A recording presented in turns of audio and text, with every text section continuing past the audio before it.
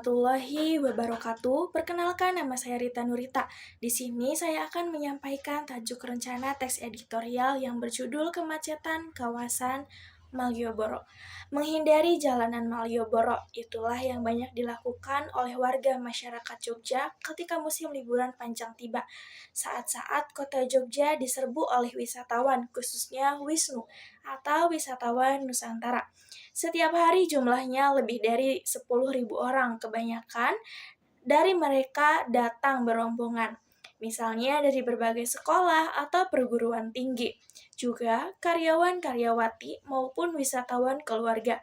Salah satu program mereka pasti mengunjungi Malioboro. Konon katanya belum ke Jogja kalau belum ke Malioboro. Kalau schedule-nya bersamaan, sebagian dari mereka tumplek-bleg atau tumpah ruah di ruas jalan yang panjangnya tidak sampai 1 kilometer itu, dari ujung selatan Gunung Agung sampai ujung utara Hotel Garuda. Kemacetan pasti terjadi tidak hanya di Malioboro, tetapi juga ruas jalan pembuangan atau penyangga, di antaranya Jalan Mataram, yang kemacetannya kadang mencapai pertigaan Jambu, karena di ruas jalan itu kini juga tumbuh sebagai pusat kegiatan ekonomi, termasuk ujung utara jalan, persisnya di belakang Hotel Garuda yang penuh dengan kios sepatu murah meriah. Pada musim-musim tertentu, kawasan tersebut juga sangat ramai dikunjungi pembeli. Bagi mereka yang pernah kuliah di Jogja atau kini tinggal di berbagai daerah, Malioboro memang sesuatu yang nostalgik. Dalam acara Aspirasi Merah Putih yang disiarkan oleh RRI secara nasional dengan host RRI Jogja, sebagian penelpon yang masuk dari berbagai pulau di luar Jawa adalah mereka yang dulu pernah tinggal dan kuliah di kota ini. Hampir semua menyatakan betapa kini Jogja sudah sangat berubah. Lalu lintas semrawut, kotanya sangat padat, banyak di antara mereka mengusulkan agar pusat-pusat keramaian atau konsentrasi massa seperti kampus dibangun di luar Jogja. Padahal itu sudah dilakukan oleh pemerintah daerah, karena kampus-kampus tersebut secara administratif sudah tidak lagi berada di kota Jogja, bahkan UGM pun berada di Kabupaten Sleman. Padatnya kota Jogja memang tidak bisa dihindari karena konon, kota yang luasnya hanya 32 km lebih sedikit itu menyangga beban penduduk terlalu banyak.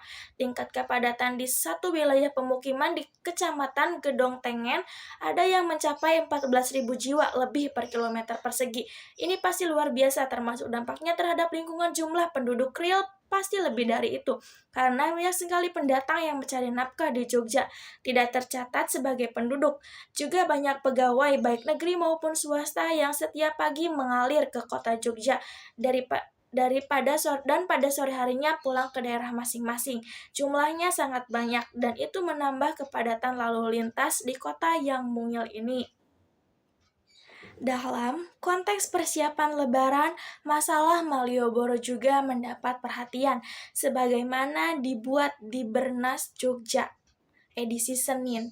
Dinas Perhubungan Daerah Istimewa Yogyakarta mengaku siap menghadapi arus mudik Lebaran tahun ini. Tidak terbatas kesiapan armada baik darat maupun udara, namun juga kesiapan personil pengamanan dan prasarana infrastruktur. Kondisi jalan pada umumnya baik dan sedang, layak dilalui kendaraan bermotor untuk mengamankan arus mudik. 4.575 personil akan disiapkan dari kepolisian plus lainnya. Dinas Perhubungan memperkirakan akan terjadi lonjakan ketersediaan angkutan bus hingga 4,5% dibandingkan keadaan normal atau sekitar 3.638 armada bus. Jumlah armada bus akan lebih banyak dibanding jumlah pemudik yang memanfaatkan armada bus juga, tarif angkutan darat termasuk kereta api dan penerbangan, serta kemungkinan untuk menghindarkan percalonan yang bisa merugikan masyarakat, sehingga diharapkan masyarakat tidak akan banyak menemui kesulitan dalam hal angkutan selama Lebaran.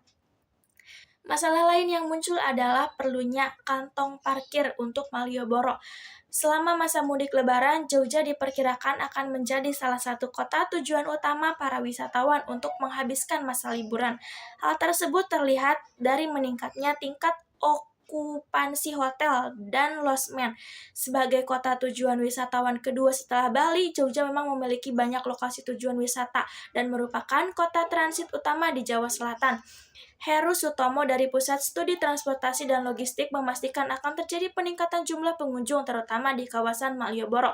Untuk itu perlu dipersiapkan kantong-kantong parkir yang memadai sehingga para pengunjung bisa berwisata dengan nyaman dan masyarakat setempat bisa memanfaatkan momen tersebut untuk kepentingan ekonomi. Sebenarnya masalah kantong parkir Malioboro tidak hanya diperlukan pada saat lebaran atau liburan panjang, tetapi itu sudah terjadi kebutuhan mengingat masalah ini sudah menjadi problem talent kawasan ini. Lebih dari 10 tahun yang lalu sudah muncul wacana untuk membangun kantong parkir sebagai salah satu solusi mengatasi masalah itu. Di antaranya dengan membebaskan sejumlah kawasan pemukiman di sebelah barat Malioboro. Pernah juga muncul wacana Malioboro bebas kendaraan bermotor.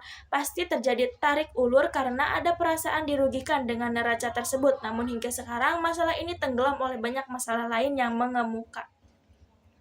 Bagaimana akhir dari nasib kemacetan Malioboro ke depan? Kita tunggu saja langkah-langkah yang akan diambil oleh pemerintah maupun wakil rakyat.